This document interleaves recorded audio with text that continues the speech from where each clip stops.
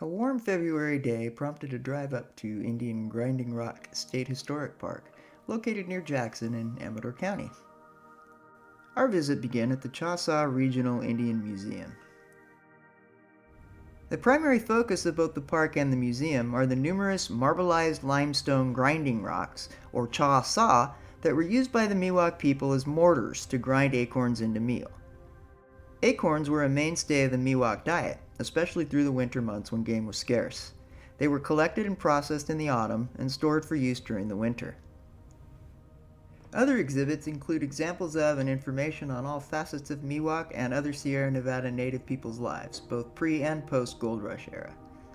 We got lucky and caught a ranger doing a short presentation explaining the construction and use of various items. This was super interesting. Grasshoppers or worms on the surface out of your bait holder, and you're ready to catch fish. They'll go in the Walmart that day. Yeah. What's the giant piece of wood looking thing? Wood looking train? Oh, right here? Yeah. This is another toy. So like we have the baby doll, right? I call this one the action figure. So this is like he's got a hairnet on. The hairnet is worn by the male dancers when they want to attach like their headband, or it's called a top knot, which you can see like some top knots and a headband over there. And here's your sulepa. So they got the sulepa on the necklace, and he's ready to dance in the ceremony. So just a toy, just like kids nowadays have toys. Miwok kids have toys.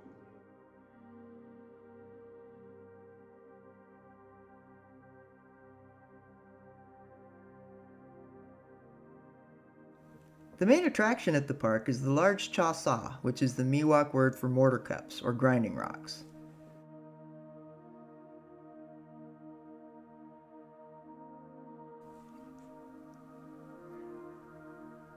This huge rock has not only several hundred holes, but also carved decorations, circles, spoked wheels, animal and human tracks, and wavy lines. Some of them have been estimated to be 2,000 to 3,000 years old.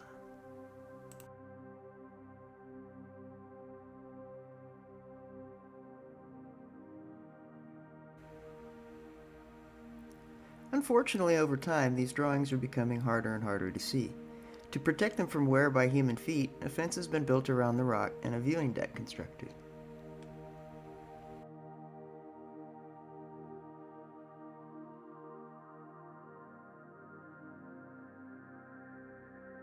The petroglyphs are difficult to see, but they are there. The depth of the holes made me think about how many decades it took to grind them down, and the sheer number of them made it easy to imagine dozens of women there on the rock, socializing while working to feed their families, just like people in every other culture did for centuries.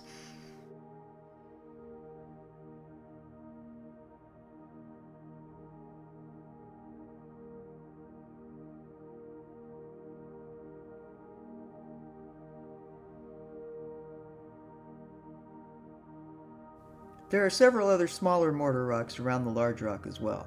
In total, there are 1,185 mortar holes at the park.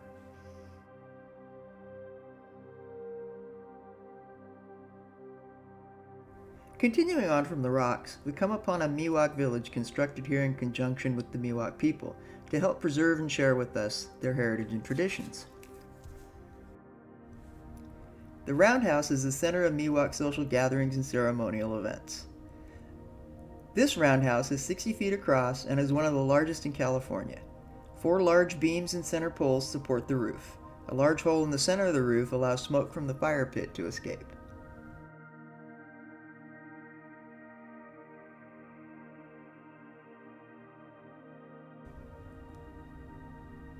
A game field was reconstructed near the roundhouse. The game played there is very similar to soccer. On a field about 110 yards long, players try to kick or carry a ball to the opposing team's goal. Both men and women play, although the rules are different for each. Men can only kick the ball, while women can handle the ball in any manner. If a woman holds the ball, however, a man can pick her up and run for the goal.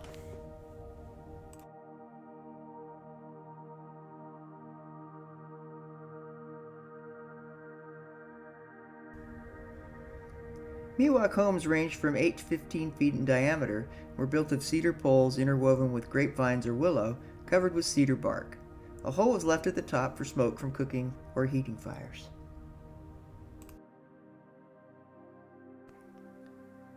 The park has two trails, the North Trail and the South Trail. The South Trail starts here at the end of the Miwok village.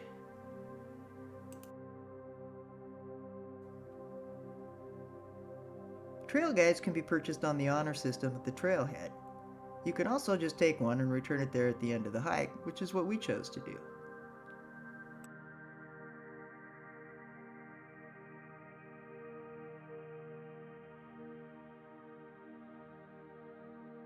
This trail abounds with plants that the Miwok used, and the guide does a great job explaining them and pointing them out.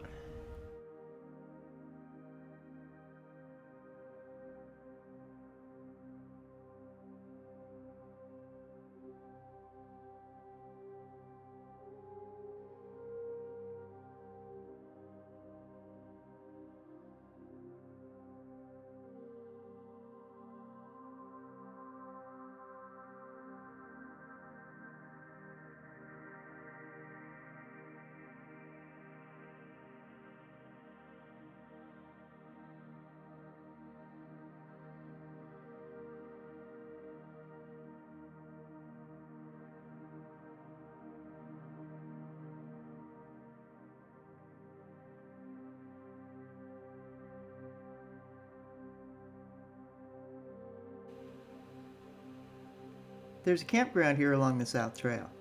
It's available for use by tents and small RVs. It's a nice campground, very quiet, and you have easy access to the park via the trail. Cost is $30 a night, $35 on holidays. See the description below for details on reserving a spot.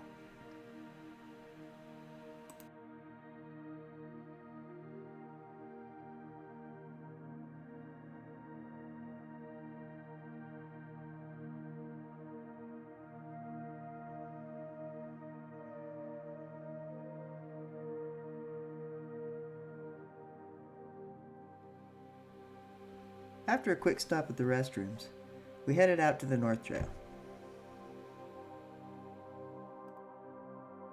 This trail is about a mile long total, just over a half a mile of that being handicap accessible.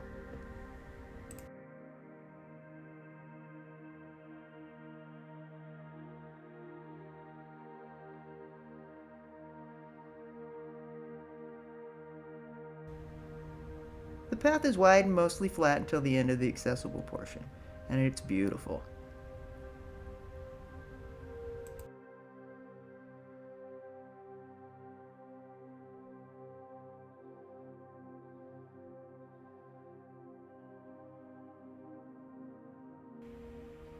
The trail gets a little bit rougher as we travel past the accessible portion towards the service road. The full trail continues on past the service road towards the village area, but that section was closed during our visit. At the service road, we found the entrance to an environmental camp. This looks like it would be an amazing experience. You get to sleep in a bark house within a village-like setting with all your friends.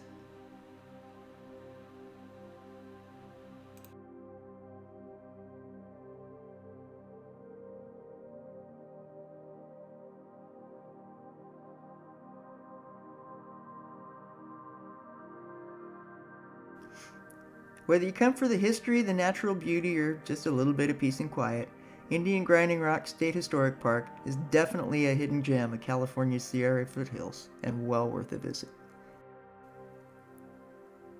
The park is open 7 days a week from sunrise to sunset. Day use cost is $8 per vehicle. Camping is $30 per night. The Choctaw Regional Indian Museum is open daily, 10 a.m. to 4 p.m. Admission to the museum is free with your paid parking or camping fee. If you've enjoyed this quick look at Indian Grinding Rock State Historic Park, please hit that subscribe button. There's so much more left of California to explore, and we'd love to take you along.